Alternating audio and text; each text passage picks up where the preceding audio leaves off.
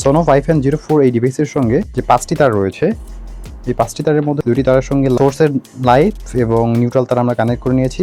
আর এই পাশের 3টি তারের মধ্যে একটির সঙ্গে আমরা ফ্যানের লাইভ তার আর লাইটের লাইভ তার, এখানে ফ্যান এবং লাইটের নিউট্রাল তারটি সংযোগ করে নিয়েছি। আমাদের কানেকশন শেষ। এখন আমরা অ্যাপস কানেক্ট করব। অ্যাপস কানেক্ট করার জন্য প্লে স্টোর থেকে ইউলিঙ্ক অ্যাপস ইনস্টল করে ওপেন করি।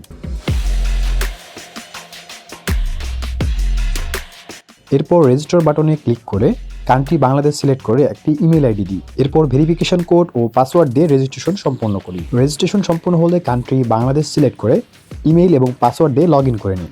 এরপর অ্যাড ডিভাইসে ক্লিক করে ওয়াইফাই নেম এবং পাসওয়ার্ড দিয়ে নেক্সটে ক্লিক করলে কিছু সেকেন্ড স্ক্যান করে ডিভাইস নেম শো করবে। এরপর নেক্সট বাটনে ক্লিক করে ডান বাটন প্রেস করলেই সেটআপ কমপ্লিট।